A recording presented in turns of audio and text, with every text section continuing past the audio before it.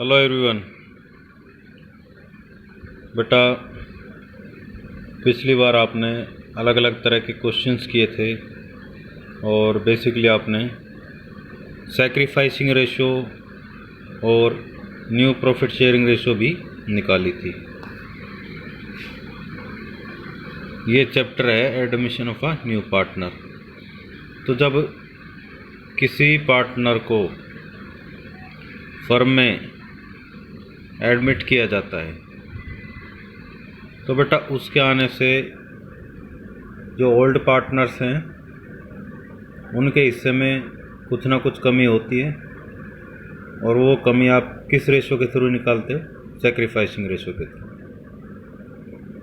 अब क्योंकि उस नए पार्टनर के आने से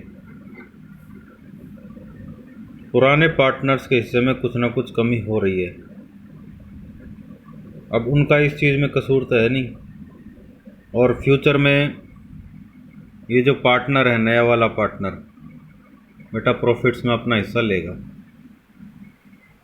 और जो ओल्ड पार्टनर्स ने अभी तक गुडविल बनाई थी, यानी ये कस्टमर्स बनाए थे, तो उनका फ़ायदा उस नए पार्टनर को भी होगा, हालांकि उस गुडविल में उसका कोई हिस्सा नहीं था। अब जो ओल्ड पार्टनर्स है वो कहते हैं भाई इसके आने से एक तो हमें सेक्रीफाइस करना पड़ रहा है, हमारे हिस्से में कमी हो रही है। दूसरा, ये फ्यूचर में प्रॉफिट्स भी इसी गुडविल के बेस पर लेता रहेगा, क्योंकि इस गुडविल में इसका कोई कंट्रीब्यूशन नहीं है, कोई योगदान नहीं है कि भाई इसने कस्टमर्स बनाने में कोई हेल्प की है। तो भाई हमें तो डबल लॉस हो गया। तो उसके लिए क्या है, बेसिकली नया पार्टनर बेटा गुडविल का पैसा लाता है। अब जैसे मान लो ए बी दो पार्टनर हैं, इक्वल पार्टनर हैं। सी 1/5 हिस्से के लिए आ रहा है। अब वो गुडविल कितनी लाएगा? सबसे पहले तो आपको ये पता होना चाहिए कि फर्म की टोटल गुडविल कितनी है।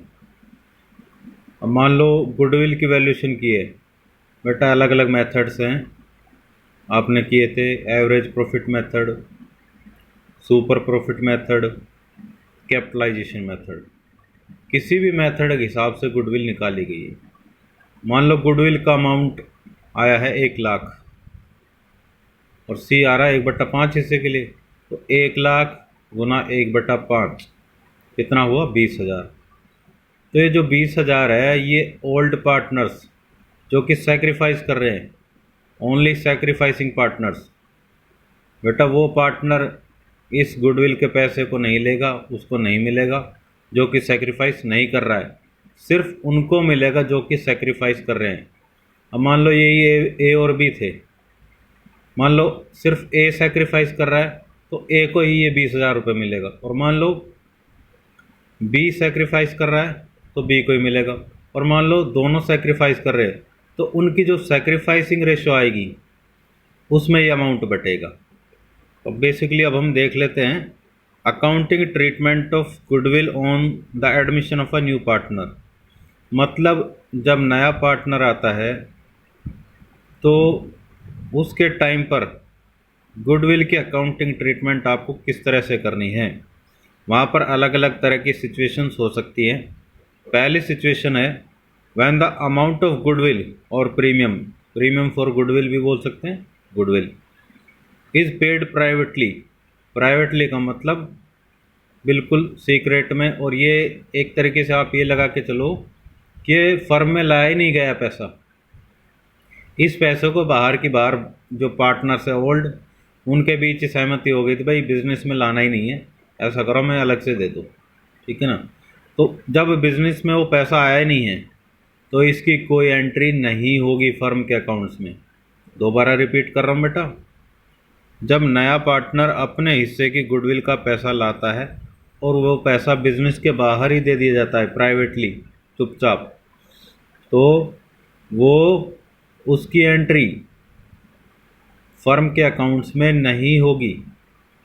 दूसरा, when the new partner brings his share of goodwill, bracket में प्रीमियम लिखा हुआ है, इन कैश, जब कोई नया पार्टनर अपने हिस्से की गुडविल का पैसा, जैसे सी था 20,000 रुपये ला रहा था, और मान लो ए और बी की सैक्रिफाइसिंग रेशो 1:1 ही है, तो पहली एंट्री क्या होगी, बैंक अकाउंट और कैश अकाउंट डेबिट, क्योंकि जब पैसा आता है या तो कैश अकाउंट डेबिट या bank account debit. Cash account debit 20,000 to premium for goodwill account 20,000, क्योंकि 20,000 ला रहा है। अब मान लो वही है, सैक्रिफाइसिंग रेशो उनकी 1:1 आई है, तो ये दोनों के अकाउंट में बराबर बराबर बटेगा। किस तरह से, अब ये प्रीमियम फॉर गुडविल अकाउंट से पैसा निकाल कर इनके कैपिटल अकाउंट में ट्रांसफ़र कर दिया जाएगा। तो एंट्री क्या होगी, premium for goodwill account debit 20,000, अब क्योंकि बराबर बराबर बटना है, to A's capital account 10,000 to B's capital account 10,000, ये एंट्री होगी। When the new partner doesn't bring his share of goodwill or premium in cash, अब यहाँ पर वो कैश में नहीं ला रहा है। अब इसका मतलब ये नहीं, वो पैसा ला नहीं रहा है कैश में, तो उससे ये गुडविल का पैसा चार्ज नहीं किया जाएगा। बिल्कुल किया जाएगा, चार्ज 100% किया जाएगा।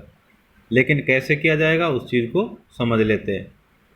बेटा ठीक है, वो गुडविल का पैसा नहीं ला रहा है कैश में, लेकिन फ्यूचर में प्रॉफिट्स तो लेगा, तो उससे ये गुडविल का जो अमाउंट है उसके प्रॉफिट से चार्ज किया जाएगा। तो यहाँ पर जब कोई पार्टनर बेटा गुडविल का पैसा कैश में नहीं लाता है, तो उसके करंट अकाउंट से चार्ज करेंगे, यानी कि जो गुडविल का अमाउंट है उसके करंट अकाउंट के डेबिट साइड पे लिखा जाएगा, क्योंकि कैपिटल में हम चेंज नहीं करेंगे।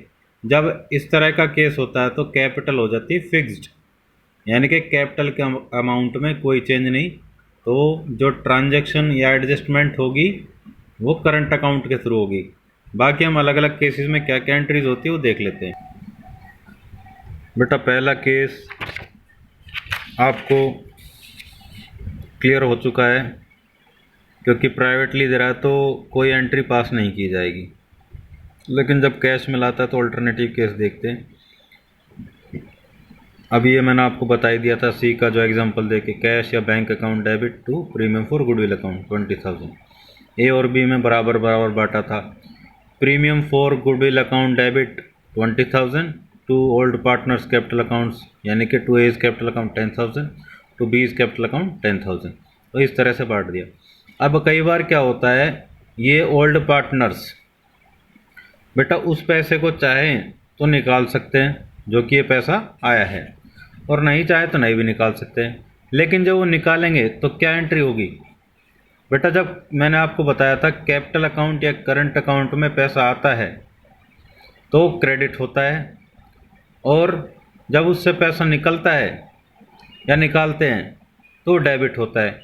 अब मान लो ये इस पैसे को निकाल रहे हैं, तो क्या एंट्री होगी, old partners capital account debit to bank account या टू कैश अकाउंट। अब मान लो ए और बी दोनों ही निकाल रहे हैं, तो A's capital account debit 10,000, B capital account debit 10,000 to bank account या टू कैश अकाउंट 20,000।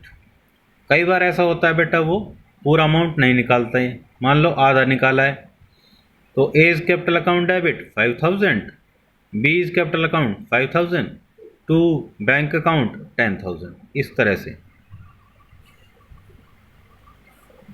तो एक क्वेश्चन देख लेते हैं बेटा, उसके हिसाब से हम देखेंगे। अब यहाँ पर बेटा ए और बी दो पार्टनर है, रेशो है 3:2। कैपिटल्स है उनकी 1,80,000 और 1,40,000, 1,80 ए की 1,40 बी की। They admit X in partnership on the conditions that he will bring rupees 6,700 7,500 as goodwill. 67,500 बेटा गुडविल का, ये प्रीमियम फॉर गुडविल है, और ये वो अमाउंट है जो इन ओल्ड पार्टनर्स के बीच सैक्रिफाइसिंग रेशो में बटेगा। एंड रुपीज़ 1,50,000 एज कैपिटल, अब 1.5 लाख रुपए कैपिटल की तरह ला रहा है। And will get 1/4 share in profits of the firm. 1/4 इससे clear. Assuming that capital and goodwill have been brought in cash by new partner, ये मान के चलना है कि जो नया पार्टनर आ रहा है वो अपनी कैपिटल और गुडविल का पैसा कैश में ला रहा है। तो आपको जर्नल एंट्रीज पास करनी है and find out new profit sharing ratio of the partners. किस तरह से नई रेशो निकालनी है? पहला, goodwill is retained in the firm, मतलब उस पैसे को पार्टनर्स के कैपिटल अकाउंट में ट्रांसफ़र किया जाता है, उसके बाद वो निकालते नहीं हैं। दूसरा केस क्या है, वो निकाल लेते हैं। तो सबसे पहले बेटा जब वो पैसा लाएगा तो टोटल लाएगा वो 67,500, तो एक है 1.5 लाख, ये तो ये 6 और 5 11, 2,17,500 हो जाएगा, 2,17,500। तो बैंक में आएगा बैंक अकाउंट डेबिट 2,17,500। अब क्योंकि 1.5 लाख कैपिटल का है, 2x कैपिटल अकाउंट 1.5 लाख और 2 प्रीमियम फॉर गुडविल अकाउंट 67,500। देख लेते हैं, ये देखिए ये 1.5 लाख कैपिटल का और ये 67,500 गुडविल का। अब बेटा ये 67,500 हम बांटेंगे सैक्रिफाइसिंग रेशो में, उसके लिए आपको सैक्रिफाइसिंग रेशो निकालनी पड़ेगी। अब बेटा एक केस मैंने आपको ये भी बताया था कि जब जैसे ओल्ड पार्टनर्स दिए हुए हैं और नया पार्टनर आ रहा है और भाई इतने हिस्से के लिए आ रहा है, बस इतना दे रखा है, मतलब उनकी न्यू प्रॉफिट शेयरिंग रेशो नहीं दे रखी है। तो आप क्या करते हैं, जो ओल्ड रेशो होती है ओल्ड पार्टनर्स की, वही उनकी सैक्रिफाइसिंग रेशो है, तो जो कि है 3:2। तो ये ए और बी के कैपिटल अकाउंट में ट्रांसफ़र कर दिया जाएगा। Premium for goodwill account debit 67,500 to A's capital account 40,500 to B's capital account 27,000। तो इस तरह से ये बढ़ जाएगा। अब बेटा ये था केस पहला, जब वो इस गुडविल के पैसे को नहीं निकालते हैं। जब वो निकाल लेते हैं तो इसके अलावा एक एंट्री और हो जाएगी, बाकी ये दोनों एंट्री सेम रहेंगी, वो देख लेते हैं। देखो बेटा पहली एंट्री वही सेम है, दूसरी भी सेम है, तीसरी और एंट्री ऐड हो गई। जब वो पैसा निकाल रहे हैं तो उनके कैपिटल अकाउंट्स डेबिट हो जाएंगे, ऊपर पैसा आ रहा था वो क्रेडिट हो रहे थे।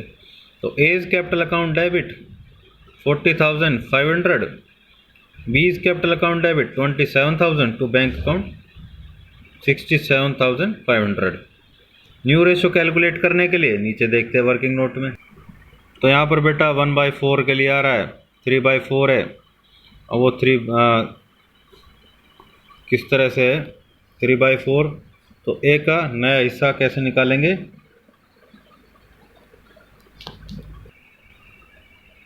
तो बेटा इसको 3/2 में आप डिवाइड कर दोगे। 3/4 बचा है, इसको 3/2 में डिवाइड कर दिया तो 9/20 ए का नया हिस्सा आया, 6/20 बी का, और x का 1/4 है। आपने एलसीएम लिया 20 आया तो 965, यहाँ पर उनकी रेशो आ गई नई। तो इस तरह से बेटा ये केसेस होते हैं।